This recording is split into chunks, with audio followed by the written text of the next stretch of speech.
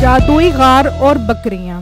एक वक्त की बात है, एक गांव में बिट्टू नाम का एक लड़का रहता था जो एक तरफ तो अपनी बेरोजगारी की वजह से परेशान था और दूसरी तरफ लोगों के तानों की वजह से परेशान था। लो जी, आ गया मोटा बिट्टू, आ गया। पेट तो देखो इसका कितना मोटा है, हड्डियां सारी खा गया। भाईजान, आप लोग मेरा मजाक क्यों उड़ा रहे हो? मैंने आपका क्या बिगाड़ा है? मुझसे इस तरह अपनी बेइज्जती बर्दाश्त नहीं होती।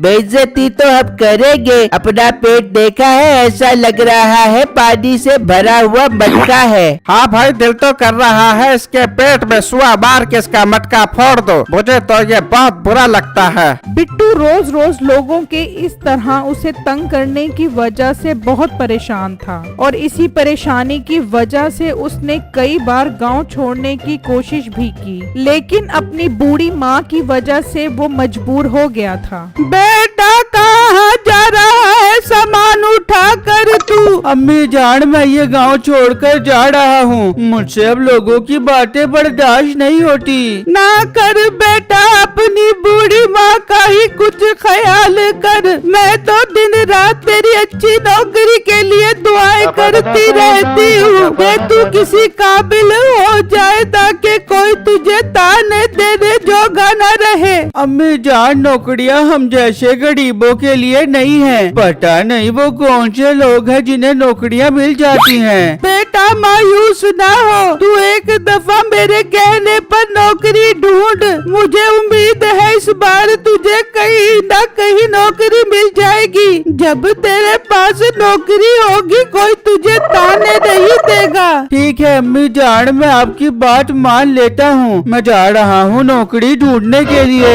ये कहकर वो घर से नौकरी ढूंढने के लिए निकल जाता है और गांव की एक कपड़े वाली दुकान पर आता है। हाँ लड़के, कौन सा सूट चाहिए? लट्ठे का, काटन का या सूती का? भाईजान, मुझे कोई सूट नहीं चाहिए। मैं तो आपके पास नौकरी ढूंढने आया हूँ। अगर आप मुझे नौकरी दे दोगे तो मैं आपका बहुत मशहूर और मकरूम रहूँगा। ठीक है, तुम्हें नौकरी मिल जाएगी। अरे भाई, आपका बहुत बहुत शुक्रिया। आज मैं कसम से बहुत खुश हूँ। पर मुझे काम क्या करना पड़ेगा आपकी दुकान के ऊपर?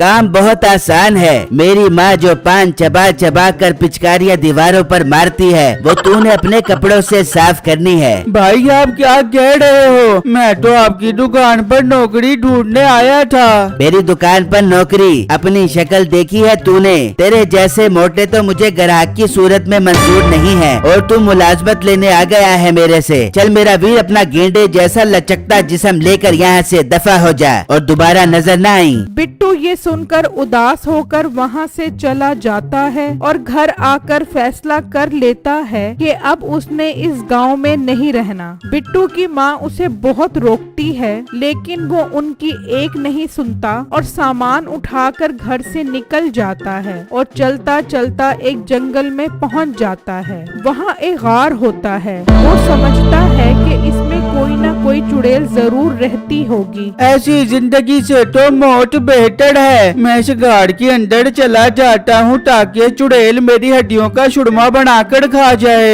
ये कहकर बिट्टू उस गार के अंदर चला जाता है। वहाँ चिट्टू अपनी बकरी लेकर जा रहा होता है। ओ भाई, ये बकरी कहाँ लेकर जा रहा है? बेटे भाई, बकरी शहर बेचने के लिए जा रहा हो। शहर बेचने की क्या जरूरत है? मेरा वीर तू मुझे बेच दे। 20,000 रुपए की बकरी है, लेनी है तो बताओ। 20,000 रुपए? और मेरा वीर तू शहर जाकर ही बेच। 5,000 रुपए वाली बकरी के तू 20,000 रुपए मांग रहा है। चिट्टू ये सुनकर बकरी बेचने शहर की तरफ निकल जाता है तो रास्ते में ही रात हो जाती है और अभी वो उस गार तक ही पहुंचता है। अरे भाई, रात हो गई है। इस टाइम सफर करना ठीक नहीं है। मैं ऐसा करता हूँ, रात इस गार में गुजार लेता हूँ, सुबह होते ही यहाँ से निकल जाऊंगा।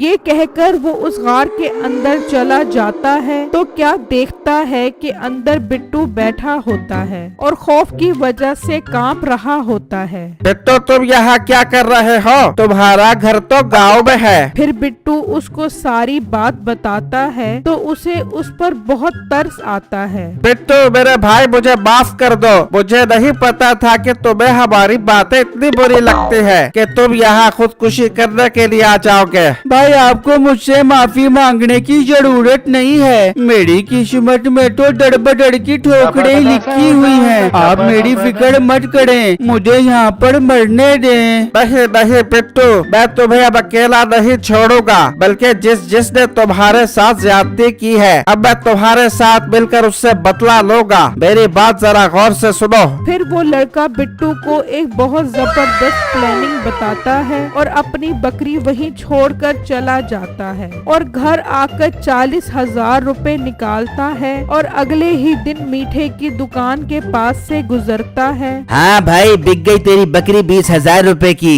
20,000 रुपए नहीं बल्कि मुझे इसके 40,000 रुपए मिले हैं, ये देखो।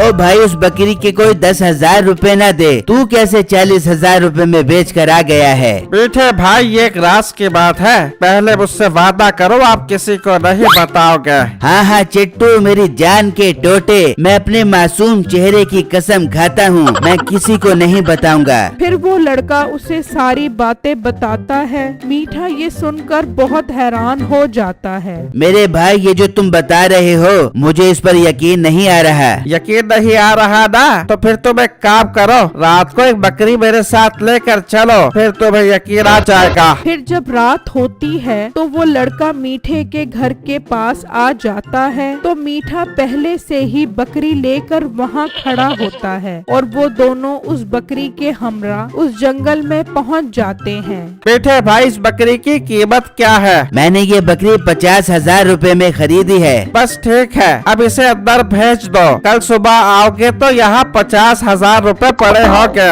मीठा उस बकरी को अंदर भेज देता है और वो दोनों वहाँ से चले जाते हैं और वो लड़का घर आकर 50,000 रुपए उठाता है और बिट्टू के पास आकर वो पैसे गार के बाहर रख देता है। फिर जब सुबह होती है तो मीठा जल्दी से उस गार के पास आता है तो वहाँ वो 50,000 रुपए देखकर हैरान रह जाता है। वो पैसे उठाकर घर आ जाता है और अपनी बीवी को बताता है, पैसे डबल करने वाला गार है मिठे, ये तो बहुत कमाल का गार है मिठे। अगर हम रोज इस गार पे बकरी लेके जाबे तो रोज हमारे पास लाखों रुपए आ जाएंगे मिठे। बीवी हमारे घर पे दस्तक दे रही है। ओ बेगम, तू पागल तो नहीं हो गई? हम रोज क्यों बकरियां लेकर जाएं? हम एक दफा ही पूरे गांव की बकरियां खरीद कर वहाँ ले जाते हैं, फिर अगले दिन ही हमारे पास करोड़ों रुपए आ जाएंगे। मिठे अब ये न कहने लग जा पियो कि अपने सारे जेवर बेच के तुझे पैसे दे दे बू। अरे बेगम, तू ठीक पॉइंट पर पहुंची है। अब जेवर क्या, मैं तुझे सोने के महल बनवा दूंगा। बस एक बार सारी बकरियां खरीद कर वहाँ पहुँचाने दे, फिर देख हमारे पास कैसे पैसों की थदियाँ आती हैं। फिर मीठा अगले ही दिन अपनी बीवी के सारे जेवर और अपनी जमा पूंजी से गांव वालों से बहुत सारी बकरियां खरीद लेता है। भाई, ये तुम गांव वालों से इतनी अच्छी कीमत पर इतनी सारी बकरियां क्यों खरीद रहे हो? अरे भाई, ये एक राज है और माजरत के साथ मैं ये राज आपको नहीं बता सकता, क्योंकि मैंने किसी को अपने खूबसूरत चेहरे की कसम दी है। जब आप कल आकर मेरे घर पर बड़ी बड़ी चमकती गाड़ियाँ देखोगे तो आपको खुद पता चल जाएगा।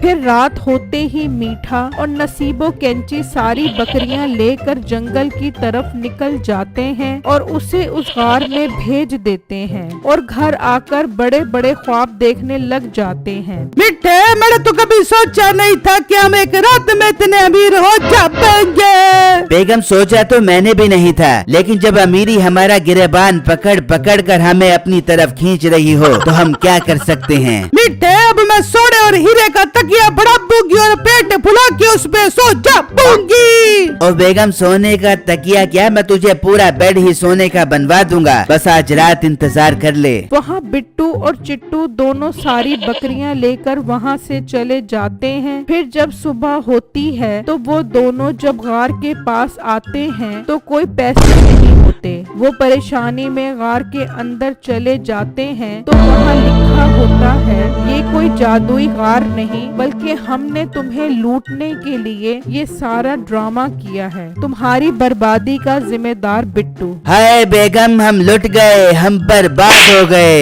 हाय मिठे, मेरे सारे सोने के जेवर चले गए। मिठे, मुझे नींद की गोलियां खिला के सुला दे, कहीं मैं फौत ही ना हो जाऊं। मेरी वीडियो को लाइक और मेरे चैनल को सब्सक्राइब जरूर कीजिएगा और मुझे कमेंट बॉक्स में जरूर बताइएगा कि आपको मेरी स्टोरी कैसी लगी। शुक्रिया।